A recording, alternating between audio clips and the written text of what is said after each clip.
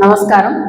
So ఈరోజు మన ACT fiber net కార్యక్రమానికి ఇచ్చేసినటువంటి యాక్ట్ ఫైబర్ నెట్ ఫ్యామిలీ మెంబర్స్కి, కేబుల్ ఆపరేటర్స్కి, డిస్ట్రిబ్యూటర్ మాధవరావు గారికి, అదేవిధంగా ఇక్కడికి ఇచ్చేసినటువంటి కౌన్సిలర్స్కు, కూటమి ప్రభుత్వ నాయకులకు, ప్రజలకు, పాత్రికేయులకు, ప్రతి ఒక్కరికి, ఇక్కడ ఉన్నటువంటి ప్రతి ఒక్కరికి పేరు పేరున నమస్కారం.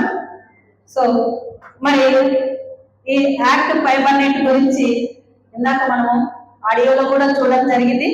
దాదాపు 17 సంవత్సరాల కిందట 1998లో ఈ జర్నీ స్టార్ట్ అయింది.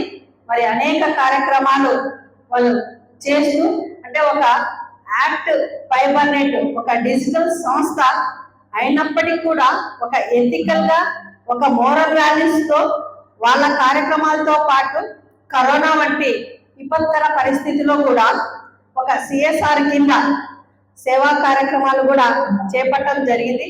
సో ఈ సందర్భంగా ఈ సంస్థకి, ఈ డిజిటల్ ఇన్స్టిట్యూషన్ కి ప్రజల తరపున కృతజ్ఞతలు తెలియజేస్తూ అభినందనలు తెలియజేస్తున్నాను.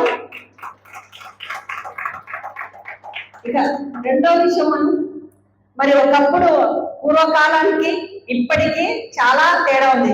ఆధునిక కాలం అంతా కూడా మనకి టెక్నాలజీ, ఇటువంటి ఇంటర్నెట్ యాక్సెస్ లేని కాలానికి ఇప్పటికీ ఎన్నో విషయాల్లో చాలా తేడా. ఒకప్పుడు ఒక చావు కబురు చెప్పాలంటే ఎన్నో రోజులు పట్టేది.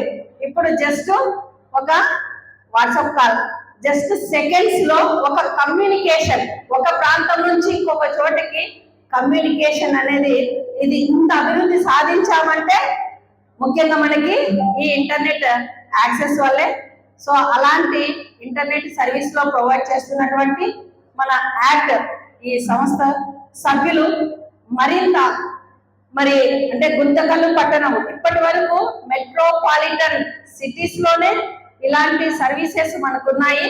అలాంటి మెట్రోపాలిటన్ పట్టణాల్లోనే కాకుండా మన గుంతకల్ పట్టణంలో ఈ రోజు ఈ యాక్ట్ ఫైబర్ నెట్ సర్వీసెస్ అందజేయడము నిజంగా మన గుంతకల్ పట్టణ ప్రజలకి ఒక సువర్ణ అవకాశము, ఒక మంచి అభివృద్ధికి నాంది అని చెప్పొచ్చు.